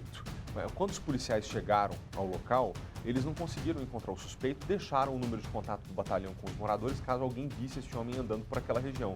Foi então que a população encontrou o suposto autor e amarrou esse homem num poste até que a polícia chegasse ali. Quem vai trazer os detalhes pra gente é o repórter Maicon Leão. Maicon, a população ficou tão revoltada, né? Teve gente ali que até tentou linchar esse homem. Oi, Malta. Boa tarde para você, para todo mundo ligado no SBT Brasília. A gente começa essa edição de hoje falando justamente desse caso que tem deixado muita gente revoltada. Aconteceu aqui em Ceilândia, na QNM 8, justamente uma mulher em situação de rua de 56 anos foi violentada ali em plena luz do dia. Para quem está em casa entender, a gente tem inclusive imagens de câmeras de segurança que mostra esse agressor que tem 36 anos se aproximando ali. Tem um cadeirante nessa mesma área ali que parece ser uma área comercial, Malta. Ele se aproxima, passa, aproveita que a mulher está deitada bem no cantinho lá. A gente inclusive consegue perceber que está bem no canto. Ela estava deitada, dormindo naquele local, quando esse homem se aproxima e começa a violentá-la. O cadeirante, Malta, que a gente vê nas imagens, muita gente se questiona, nossa, mas ele não fez nada, não gritou por socorro. Aqui na delegacia ele disse o seguinte, que contou para a polícia que no momento em que esse homem se aproximou, ele tentou gritar com ele para que ele não fizesse, para intimidar, mas que o homem ameaçou o cadeirante e que a vítima, infelizmente, só acordou no momento que já estava sendo violentada ali, acordou desesperada, inclusive precisou ser levada para o hospital. A polícia militar foi chamada e começou a fazer buscas ali na região, Malta, mas esse homem simplesmente desapareceu, ninguém o encontrava. Só que no dia seguinte, ele volta a caminhar ali pela região e popularizou, opa, e esse rapaz aqui é o mesmo que aparece nos vídeos estuprando, violentando aquela moça em situação de rua. E aí, Malta, por pouco ele não foi linchado ali pela população, que o amarrou num poste ali até a chegada da polícia militar. Ele foi trazido para a delegacia, a DEAN, inclusive aqui de Ceilândia, no centro de Ceilândia, que está investigando o caso. O caso segue em sigilo, Malta, mas a gente está aqui com a delegada Letícia, que vai falar com a gente sobre o que é o estupro de vulnerável, em que situações as pessoas podem ajudar. A gente vê muitas vezes as pessoas na dúvida se pode denunciar ou não na situação ali, o que configura um estupro de vulnerável. A delegada está aqui justamente para explicar para a gente. Ela não vai entrar muito em detalhe nesse caso específico, mas num caso geral, né, doutora, o que significa, em que forma se configura o estupro de vulnerável? Boa tarde. Boa tarde a todos. O Código Penal, ele tipifica o estupro com aumentos de pena para casos em que a vítima tem entre 14 e 18 anos. Só que o estupro de vulnerável é um pouco mais detalhado. Ele acontece quando a vítima tem menos de 14 anos e ocorre aí um ligeiro aumento de pena. E também para os casos quando a vítima não tem capacidade de se defender ou não possui o necessário discernimento para consentir no ato, que é o caso de enfermidades, né, físicas, enfermidades psicológicas, e aí sim você tem um ligeiro aumento de pena, mas quando o resultado é de lesão corporal, né, grave, ou a morte da vítima, é que você tem um maior aumento de pena, porque vai para os casos de lesão de 10 a 20 anos e para o caso que resulte em morte, pode atingir de 12 até 30 anos de reclusão. Doutor, infelizmente a gente sabe que muitas vezes pessoas em situação de rua andando pela cidade, a gente vê que acaba usando ali alguma droga, alguma substância, fica desacordado. Nesses casos também se configura um estupro de vulnerável pela pessoa estar ali sem a noção do que está acontecendo e qualquer pessoa que vê ali pode denunciar, tem que ser a própria vítima. Como que funciona? Pois é, essa denúncia pode ser feita justamente por causa da condição de vulnerabilidade. A gente imagina aí crianças com menos de 14 anos, não tem condição de prestar essa informação, às vezes não tem consciência do que aconteceu com ela, de que aquilo é um crime, né?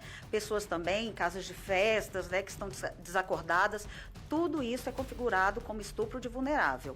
Então, as pessoas que estão em volta podem denunciar, podem chamar o 190, podem comunicar, né, tentar proteger a vítima ali de uma maneira que também não se coloque em risco, mas essas pessoas que estão nessas condições, as vítimas, elas muitas vezes não ficam cientes do que aconteceu com elas. Então, realmente, a gente pede para que haja uma denúncia, para que a gente possa investigar, e esse tipo de autor, que no nosso entender, muitas vezes é até uma pessoa que não pratica esse ato uma única vez, é uma pessoa totalmente fora do padrão, né, do padrão de vida em sociedade. Então, às vezes, uma denúncia dessa é capaz de nos ajudar a desvendar diversos crimes. Falou, é importante as pessoas que estarem ao redor ali também ajudar a cuidar dessa segurança, de alertar a vítima de que ela se tornou vítima ali numa situação. E até mesmo, às vezes, aquela bebedeira da festa pode configurar um estupro de vulnerável, então. Sim, se essa pessoa não tem condições de se defender ou não tem o discernimento, estão desmaiadas, estão dormindo à base de remédios, né? Essas pessoas estão em situação de vulnerabilidade. E o Estado e a sociedade precisam estar ali para também alertá-las, protegê-las da forma como for possível. Qual que é o limite para conter as pessoas numa situação como essa ali, de identificar, para garantir que ele não fuja, para que a polícia consiga autuar, mas qual que é o limite para essa pessoa acabar não cometendo um crime ainda pior? Sim, se essa pessoa tem condições de em segurança, impedir a continuidade do ato, é importante porque a vítima está nessa situação de vulnerabilidade. Mas as recomendações primordiais são que liguem, né, pelo menos para o 190, que tem um atendimento imediato, né, e que não façam a justiça com as próprias mãos, porque elas também irão responder pelo excesso que praticarem. Então, se resolverem linchar a pessoa, agredir o autor, eles também poderão ser penalizados. Então, impedir o ato, né, a continuidade do ato é importante, mas também não pode ultrapassar os limites legais para encerrar esse crime que está em cometimento. O primeiro passo é ligar para a polícia e tentar monitorar para ir informando onde esse homem está. Essa parte da perseguição, às vezes, ela é até perigosa, né? Mas, primordialmente, impedir a continuidade do ato, né? Se a pessoa tem condições, porque se não tiver, a gente também não pode exigir que a pessoa se coloque em situação de insegurança, né? Mas o importante é realmente tentar dar todo o apoio a essa vítima que está em situação de vulnerabilidade, desacordada ou de alguma forma ali sem condições de se defender. Delegada, obrigado pela participação da senhora. Malta, um dado importante que deixa a gente assim até assustado, que apesar da gente ver alguns recortes, alguns casos, a gente não tem noção dessa proporção. Para quem está em casa entender, só aqui em Ceilândia, no ano passado inteiro, foram 101 casos de estupro. Então, assim, realmente tem que ficar em cima, tem que punir, porque como a delegada disse, muitas vezes quem comete uma vez não para por ali. Então, essa pessoa tem que ser presa, tem que ser responsabilizada e pagar mesmo para sentir que aquilo é errado, que não tem como uma pessoa dessa continuar convivendo com outras na sociedade, né? Obrigado, tá, Maicon? E a Letícia também pela entrevista. A aluna da Universidade de São Paulo, que desviou quase R$ 1 milhão do dinheiro da formatura da própria turma, foi denunciada 8 vezes por estelionato pelo Ministério Público. Alicia Miller foi denunciada pelo Ministério Público 2 meses e meio depois do início das investigações. O promotor Fabiano Severiano entendeu que a estudante cometeu 8 vezes o crime de estelionato. Em pouco mais de um ano, ela fez 8 saques do fundo de formatura dos estudantes de medicina da USP. O valor total, quase R$ 1 milhão. O promotor pediu à polícia que realize novas diligências junto ao representante da empresa responsável pelo fundo de formatura. Ele quer as cópias dos comprovantes de transferências bancárias. Na análise do promotor, Alicia escondia dos colegas que pedia e recebia, sem a autorização deles, os valores arrecadados. A estudante também é investigada por um golpe em uma lotérica. Segundo a polícia, o dinheiro que ela usou nos jogos, cerca de R$ 200 mil, também saiu do fundo de formatura. E Alicia ainda deixou de pagar algumas apostas. Nesse caso, a estudante vai responder por estelionato e lavagem de dinheiro.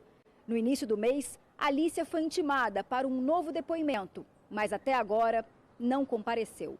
A Justiça vai analisar se aceita ou não a denúncia oferecida pelo Ministério Público.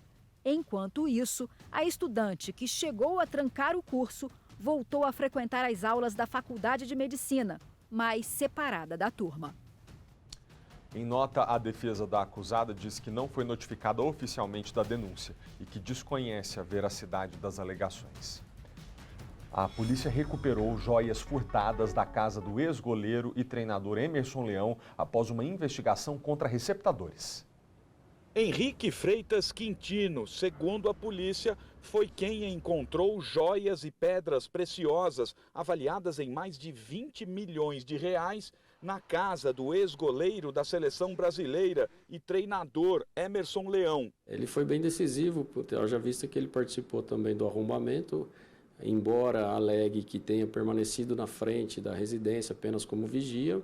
A casa de Leão, em São Paulo, foi invadida em novembro do ano passado por 4 ladrões que chegaram em uma van branca. Não havia ninguém no local. Os bandidos ficaram por 2 horas dentro da casa e reviraram tudo em busca de algo de valor. Henrique, que também é conhecido no mundo do crime como Bigode, mas não tem bigode, achou uma mala com a fortuna de uma vida inteira do ex-goleiro escondida na chaminé da lareira. O criminoso foi preso em flagrante pela PM durante um assalto a outra residência no início do mês. Nesta quarta-feira, segundo a polícia, ele confessou ter invadido a casa de Leão. Os bandidos também levaram a medalha da Copa do Mundo de 1970, realizada no México, e uma réplica da taça Jules Rimet, pelo tricampeonato mundial da seleção. A polícia continua à procura da medalha e da taça da Copa de 70, que eram de ouro maciço, o que se torna cada vez mais difícil com o passar do tempo. A suspeita é de que tudo já tenha sido derretido pelos bandidos. Uma investigação contra receptadores de joias roubadas chegou a este homem, André Carlos Lívio Costa, conhecido como Peteleco. Tudo isso estava com ele, incluindo 2 relógios que foram furtados da casa do ex-goleiro. Será indiciado nesse inquérito pela receptação dos objetos. Pelo menos mais um dos ladrões que participaram do furto à casa de Emerson Leão já foi identificado. A impressão digital dele foi encontrada na van usada no crime.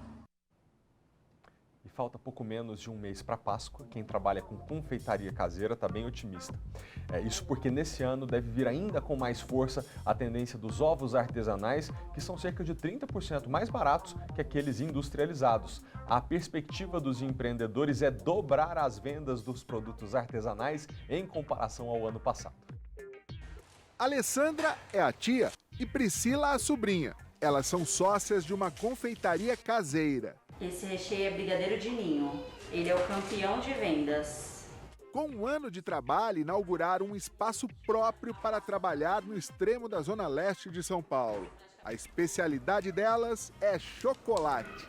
Não tem conservantes e todo o nosso processo ele é artesanal. Falou em chocolate e lembrou de Páscoa. Faltando pouco menos de um mês para a data, Priscila está otimista e espera dobrar as vendas em 2023. O ano passado a gente teve uma média de 250, 280 ovos, né?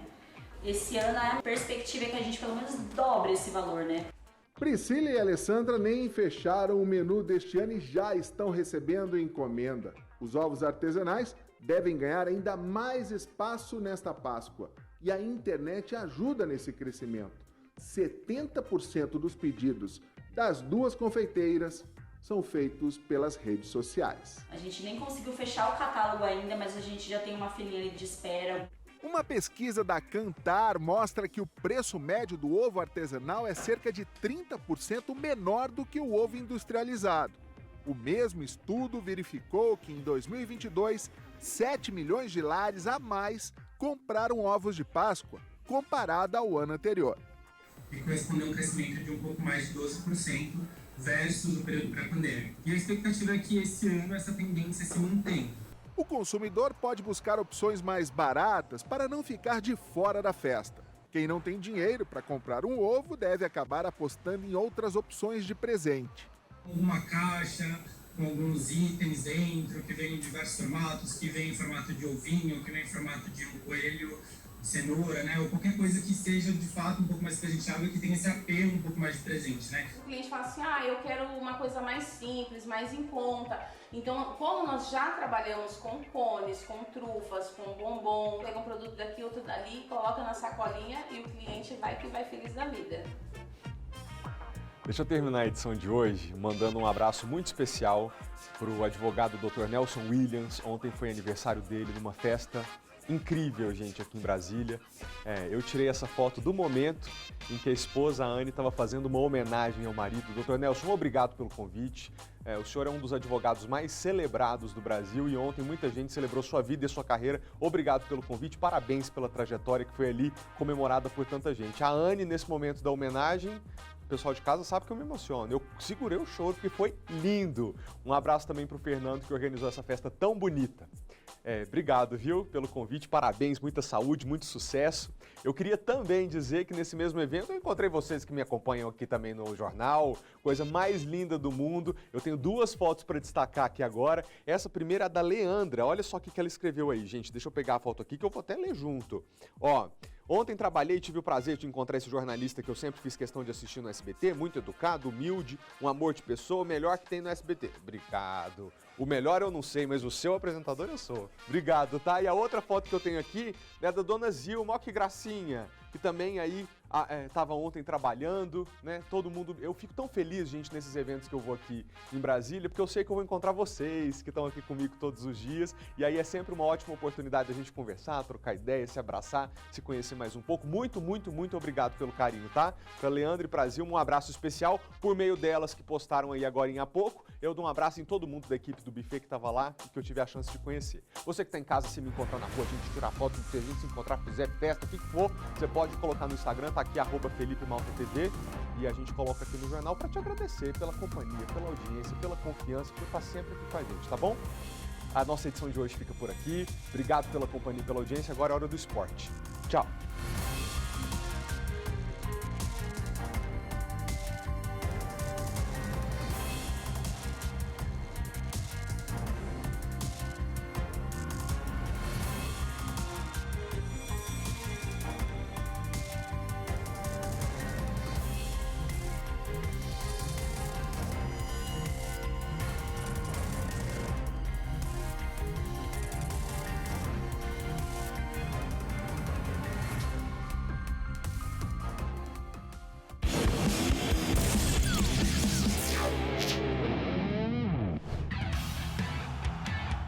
Dia 23 de março, dia do meteorologista.